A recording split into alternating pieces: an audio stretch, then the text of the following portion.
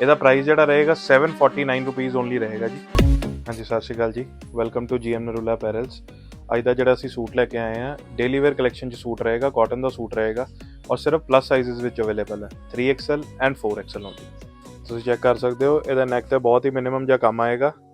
ਦੁਪੱਟਾ ਜਿਹੜਾ ਇਹਦੇ ਨਾਲ ਰਹੇਗਾ ਲਾਈਟ ਵੇਟ ਔਰਗੈਂਜ਼ਾ ਟਿਸ਼ੂ ਦਾ ਦੁਪੱਟਾ ਰਹੇਗਾ, ਪਲੇਨ ਬਾਟਮ ਰਹੇਗੀ।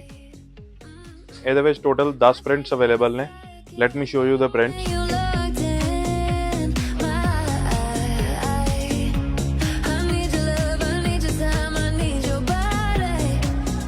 ਤੁਸੀਂ ਪ੍ਰਿੰਟਸ ਚੈੱਕ ਕਰ ਲਏ ਇਹਦੇ ਸਾਰੇ।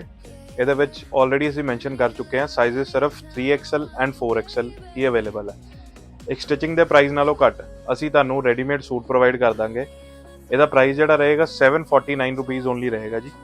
ਇਹਨੂੰ ਤੁਸੀਂ ਬਾਏ ਕਰਨ ਲਈ ਸਾਡੇ ਦਿੱਤੇ ਗਏ ਨੰਬਰਾਂ ਤੇ ਸਾਨੂੰ WhatsApp ਤੇ ਕੰਟੈਕਟ ਕਰ ਸਕਦੇ ਹੋ ਜਾਂ ਸਾਨੂੰ Instagram ਜਾਂ Facebook ਤੇ ਮੈਸੇਜ ਕਰਕੇ ਇਹਨੂੰ ਬਾਏ ਕਰ ਸਕਦੇ ਹੋ। Thank you.